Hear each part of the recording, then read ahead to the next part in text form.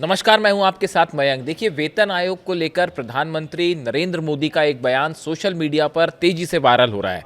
8वें वेतन आयोग का देखिए, जो कर्मचारी हैं, केंद्रीय कर्मचारी, उन सबको 8वें वेतन आयोग का बेसब्री से इंतजार है और ऐसा कहा जा रहा है कि अगर सब कुछ ठीक रहा तो 2027 की जो पहली छमाही तक वेतन आयोग जो है वो अपनी सिफारिशें केंद्र सरकार को सौंप देगा। और ये भी माना जा रहा है कि 8वें वेतन आयोग की जो सिफारिशें हैं वो बैक डेट से लागू हो जाएगी, यानी जो तनख्वाह बढ़ेगी वो 1 जनवरी 2026 से ही बढ़ी हुई मानी जाएगी और जो बैकलॉग होगा वो सभी केंद्रीय कर्मचारियों को मिल जाएगा। इस तरह की चर्चाएं जो हैं वो हैं।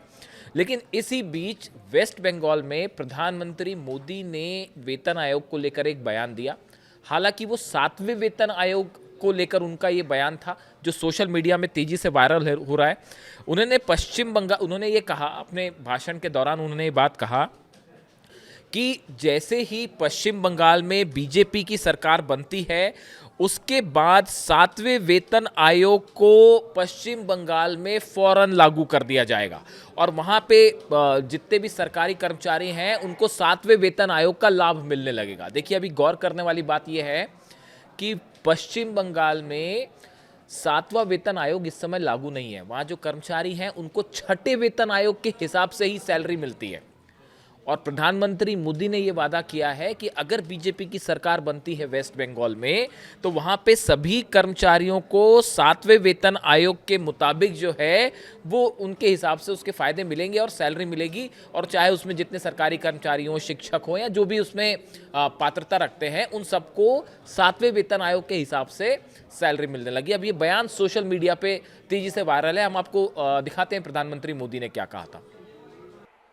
बंगाल के सभी सरकारी कर्मचारियों, सभी शिक्षकों और अन्य सेवाओं में जुटे साथियों के लिए आपको इतने वर्षों तक ये निर्मम सरकार ने भयभीत करके रखा है।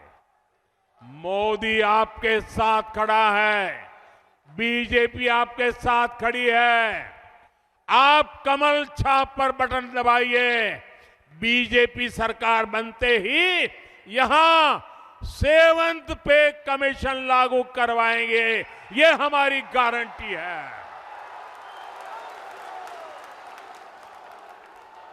साथियों, इन्हीं गारंटियों को ध्यान में रखते हुए 23 अप्रैल को भारी मतदान करना है। हर बूथ पर बीजेपी के इन सभी साथियों को विजयी बनाना है। और साथियों, जहां तक बंगाल की धरती है, मैं साफ साफ कहना चाहता हूं,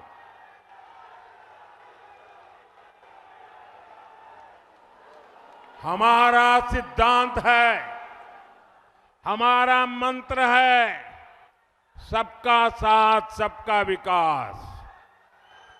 हम इसके प्रति प्रतिबद्ध है। लेकिन बंगाल में मैं एक और वादा करता हूं, सबका साथ सबका विकास। और जिन्होंने बंगाल को लूटा है सबका हिसाब होगा, सबका हिसाब होगा। और इसलिए सबका साथ सबका विकास और बंगाल में लुटेरों का सबका हिसाब होगा।